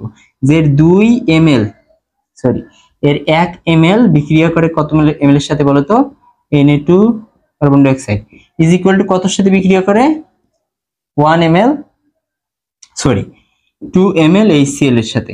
তাহলে আমার এখানে আছে কত, 2.5 ml, তাহলে কত হবে 2 × 2.5 ml HCl। তাহলে এটা গুণ করলে কত হয় বলো তো, 2 × 2.5, এটা হচ্ছে তোমার 5 ml এর সাথে, 5 ml এর সাথে HCl এর সাথে। তাহলে অবশিষ্ট HCl আমাদের কত, অবশিষ্ট HCl ইজ ইকুয়াল টু 25 - 5, তাহলে কত হয় 20, সরি 25 - 5 না, এটা হবে তোমার 10 - 5, 10 - 5, তাহলে হচ্ছে আমাদের 5 ml। বুঝতে পারছো? তোমার ম্যাথগুলো দরকার হয় আবার একটু দেখবা ভাই, আমি আবার তোমাদের রিকল করে দিতেছি যে যখন বলছে Y দ্রবণ দ্বারা X দ্রবণকে পূর্ণ প্রশমিত করা যাবে কিনা, তার মানে Y দ্রবণ যতটুকু আছে, X দ্রবণ যতটুকু আছে, এই দুইটার যতটুকু আছে এরা দুইজনকে নিউট্রাল করে দিতেছে কিনা। তো আমরা রিঅ্যাকশন করে দেখলাম যে আসলে একজন আরেকজনের একটা অংশ নিউট্রাল করে দিতেছে, বাট বাকি অংশটা কিন্তু অবশিষ্ট থেকে যাচ্ছে। কার অংশ অবশিষ্ট থেকে যাচ্ছে, HCl এর অংশ অবশিষ্ট থেকে যাচ্ছে। এবং এই HCl এর যে অবশিষ্ট অংশটা 5 ml, এর কারণে কি হচ্ছে, দ্রবণটা অ্যাসিডিক হচ্ছে। যদি আমাদের বলতো যে দ্রবণের প্রকৃতি কি, দ্রবণের প্রকৃতি বলতাম যে অ্যাসিডিক, কারণ HCl অবশিষ্ট থাকতেছে। বুঝতে পারছো? তো এই হচ্ছে আমাদের কোশ্চেন 1। এখন আমরা কোশ্চেন 2 তে যাব। দেখো আমরা কোশ্চেন 2 এ যদি সলভে যাই, তাহলে দেখো এখানে 3টে পাত্র দেয়া আছে। প্রথম পাত্রে আমাদের ফেরাস সালফেট যেটা 30 ml, দ্বিতীয় পাত্রে H2SO4 বা সালফিউরিক অ্যাসিড, এবং তৃতীয় পাত্রে আমাদের K2Cr2O7 পটাশিয়াম ডাইক্রোমেট। তাহলে এই তিনটার মধ্যে গ নম্বরে দেখো কোশ্চেনটাতে কি বলছে যে A, B এবং C তিনটা যদি আমরা মিশ্রণ করি, এই মিশ্রণটাকে আয়ন ইলেকট্রন পদ্ধতিতে সমতাকরণ করা। তো এইটা হচ্ছে আমি তোমাকে যখন টাইপ 3 করাইছিলাম ভাইয়া, তখন ওখানে সবগুলো রিঅ্যাকশন দিছিলাম এবং সবগুলো রিঅ্যাকশনের মধ্যে এই রিঅ্যাকশনটাও ছিল। তোমরা একটু ভালো করে দেখবা। তারপরে আমি জাস্ট খুব দ্রুত দেখাইতেছি যে রিঅ্যাকশনটা কি ছিল, ফেরাস সালফেট প্লাস বলতো কি K2Cr2O7 প্লাস কি H2SO4। এখন বলতে পারো যে ভাই এখানে H2SO4 কি, তোমাদেরকে বলছি যে H2SO4 এখানে কি হিসেবে কাজ করে, এখানে হচ্ছে অ্যাসিডিক মাধ্যম হিসেবে কাজ করে। কারণ অ্যাসিডিক মাধ্যমে ফেরাস সালফেট এক ধরনের আচরণ করে, K2Cr2O7 এক ধরনের আচরণ করে, বাট ক্ষারীয় মাধ্যমে আরেক ধরনের আচরণ করে। সো আমাদের বেশিরভাগ বিক্রিয়াগুলো কি আছে, মানে 90% বিক্রিয়াগুলো কি অ্যাসিডীয় মাধ্যমে। সো আমাদের ফার্স্ট স্টেপটা কি ছিল বলতো এই সমতা বিধান করার জন্য, যে জারকটা চিহ্নিতকরণ। তার মানে এখানে জারককে যে ইলেকট্রন কি করে, গ্রহণ করে। ইলেকট্রন গ্রহণ মানে কি, আছে জারক। বুঝতে পারছো, এসে জারক। যখনই তুমি জারক পেয়ে যাবা তখনই তুমি কি লিখবা, বিজারণ অর্ধ বিক্রিয়া। বিজারণ অর্ধ বিক্রিয়া, বিজারণ অর্ধ বিক্রিয়াটা তুমি কি দিবা, তাহলে K2Cr2O7 এর মধ্যে Cr2O7 2- এই কয়টা ইলেকট্রন গ্রহণ করে বলতো, 6টা ইলেকট্রন গ্রহণ করে। কি কিসে পরিণত হয়, 2 ক্রোমোনিয়াম 3+ এ পরিণত হয়। এবং এখানে যে পরিমাণ অক্সিজেন পরমাণু থাকে, উক্ত পরিমাণ কি উৎপন্ন হয়, এখানে পানি উৎপন্ন হয়। এবং তার দ্বিগুণ পরিমাণ এখানে কি উৎপন্ন হয়, H+ উৎপন্ন হয়। এটা গেল আমাদের বিজারণ অর্ধ বিক্রিয়া।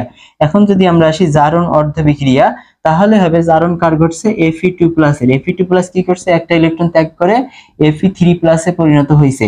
তো দেখো এই যে Fe3+ এ পরিণত হইলো, বাট আমাদের তো এইটা কমপ্লিট করা লাগবে। কমপ্লিট বলতে যে আমাদের এই টার্মটা মিলাইতে হবে। সো আমি যদি এখানে 6 mol 6 mol 6 mol করে দেই, তাহলে দেখা যায় যে পুরোটা মিলে যায়, এটা কেটে যায়।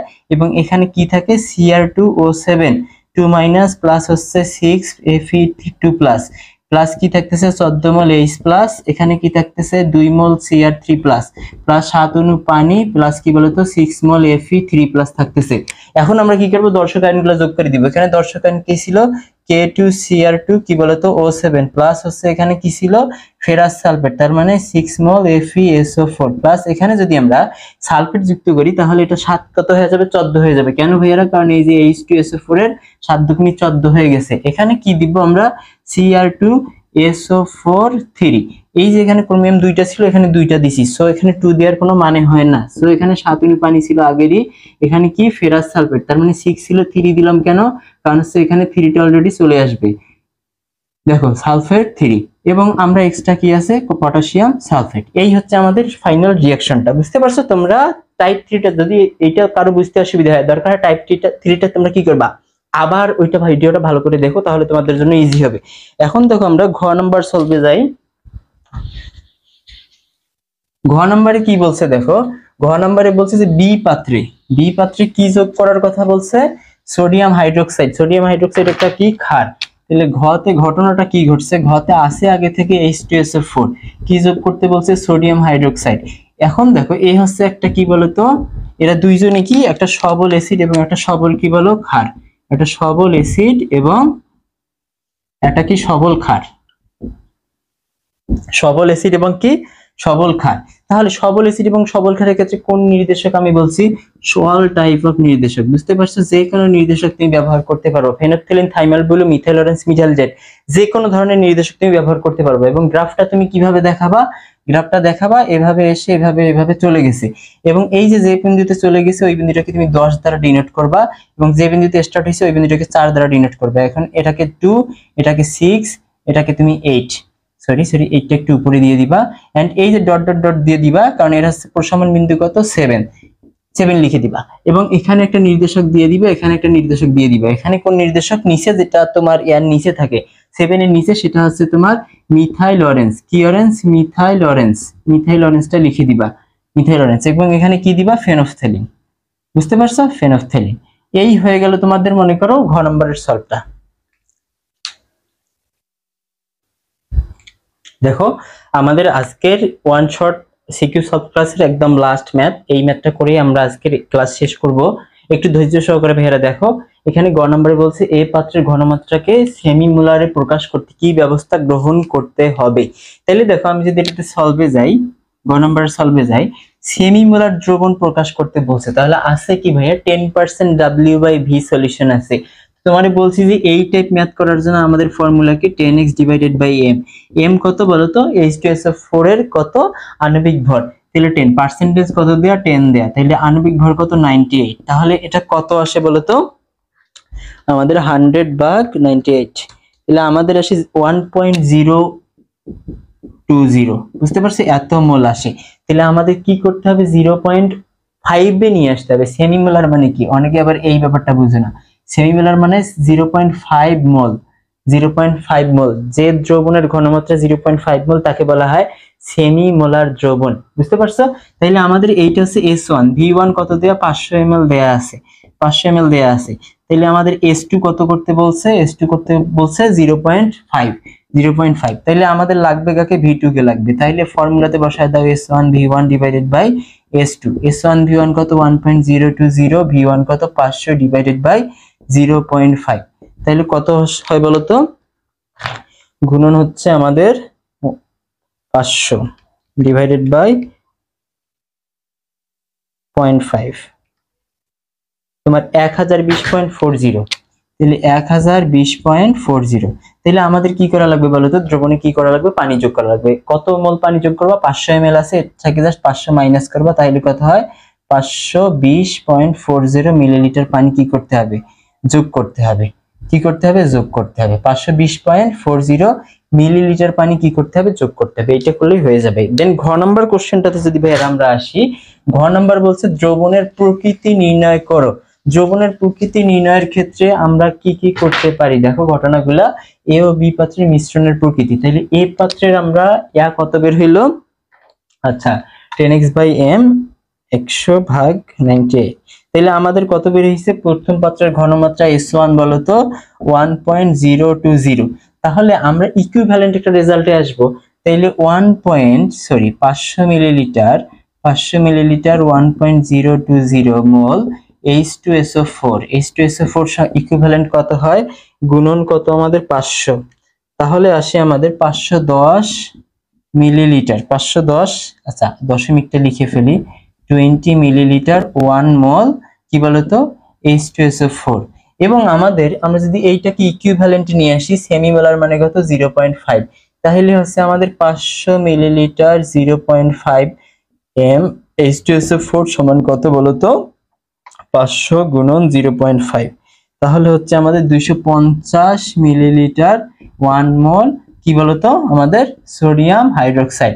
এখন এই সোডিয়াম হাইড্রোক্সাইড আসলে আমাদের H2SO4 এর সাথে কিভাবে রিঅ্যাকশন করে সেটা আমরা দেখব। তাহলে কি হয়, এখানে সোডিয়াম সালফেট উৎপন্ন হয় প্লাস কি উৎপন্ন হয়, H2O। তাহলে হাইড্রোজেন দুইটা ঠিক আছে, তাহলে সোডিয়াম কয়টা, এখানে দুইটা, এখানে দুইটা, এখানে একটা, তাহলে এখানে 2 দিয়ে দাও। তাহলে 2 মোল সোডিয়াম হাইড্রোক্সাইডের সাথে 1 মোল H2SO4 রিঅ্যাকশন করতেছে। তাইলে তুমি কার পরিমাণটা কম, এর পরিমাণ কম না, তাহলে তুমি কি দিতে পারো যে 2 ml সমান কত, 2 ml সোডিয়াম হাইড্রোক্সাইড কার সাথে বিক্রিয়া করে বলো তো, 1 ml কার সাথে বিক্রিয়া করে, H2SO4 এর সাথে বিক্রিয়া করে।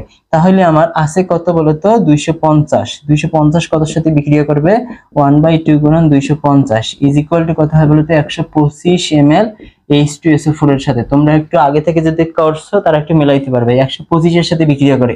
তাহলে এইটার সাথে 125 তাহলে নিউট্রাল হয়ে বাকি থাকে কত, এই দুটো যদি তোমরা বাদ দাও তাহলে কত আসে, 510.20 মাইনাস হচ্ছে তোমার 125, তাহলে আসে 385.5 মিলিলিটার H2SO4 কি থাকে বলতো, অবশিষ্ট থাকে। কি থাকে, অবশিষ্ট থাকে। সো মিশ্রণের প্রকৃতি কি হবে, অ্যাসিডিক। তো ঘটনা হচ্ছে ভাইয়া এই ম্যাথ দিয়ে আমি শেষ করলাম। তো ম্যাথ খুবই কম করাইলাম, মাত্র 3টা ম্যাথ করাইছি, কিন্তু তোমাদের যখন আমি টাইপগুলো করাইছি, টাইপগুলোতে যে এক্সাম্পলগুলো করাইছি এগুলো হচ্ছে একদম হিউজ প্র্যাকটিস, এবং তোমাদের যতগুলা বইয়ে রিঅ্যাকশন দেয়া, যতগুলো উদাহরণ দেয়া, সবগুলাকে আমি সমন্বিত করে তোমরা যখন প্রথম ক্লাসটা শুরু করছো ওখানে আমি সবকিছু ইনক্লুড করে দিছি। কেউ যদি ওইটা খাতায় উঠায় নিয়ে ওই শখ অনুযায়ী তোমরা আগাইতে থাকো, দেখবা পুরো চ্যাপ্টারটা তোমাদের ভাইয়া হয়ে যাবে। এন্ড এই চ্যাপ্টার থেকে তোমাদের ফাইনালে মোটামুটি 2টা কোশ্চেন থাকে, মোটামুটি 2টা কোশ্চেন বা মাস্ট 2টা বলতে পারো। আর এই 2টা কোশ্চেনের মধ্যে একটা কোশ্চেন হচ্ছে তোমার মিশ্রণের প্রকৃতি এবং আরেকটা কোশ্চেন হচ্ছে জারণ বিজারণ ভিত্তিক। আমি যেগুলো বললাম এগুলো হচ্ছে শর্ট সিলেবাস সংক্রান্ত। যাদের ফুল সিলেবাস 26 থেকে তাদের কিন্তু আবার টাইট্রেশন বা আদার্স লোহার পরিমাণ, ভেজাল মানে ভেজালের পরিমাণ বা ধাতু বিভিন্ন রকম ম্যাথগুলো আছে, ওগুলো কিন্তু আমি স্কিপ করছি, কারণ আমার টার্গেট ছিল শর্ট সিলেবাস তাদের পুরা সিলেবাসটা যেন কভার হয়ে যায়। বুঝতে পারছো ভাইয়ারা, যাদের শর্ট সিলেবাস, তারা, যাদের লং সিলেবাস, তারা যদি ভিডিওটা দেখছো তাদের কাজ হচ্ছে বাকি যে টপিকগুলো আছে ওই টপিকগুলো তোমরা একটু দেখবা, আর আমি বাকি টপিকগুলোর ভিডিওগুলো আমার চ্যানেলে আপলোড করা আছে, তারা একটু আলাদাভাবে দেখে নিবা কষ্ট করে। ঠিক আছে ভাইয়ারা, থ্যাংক ইউ।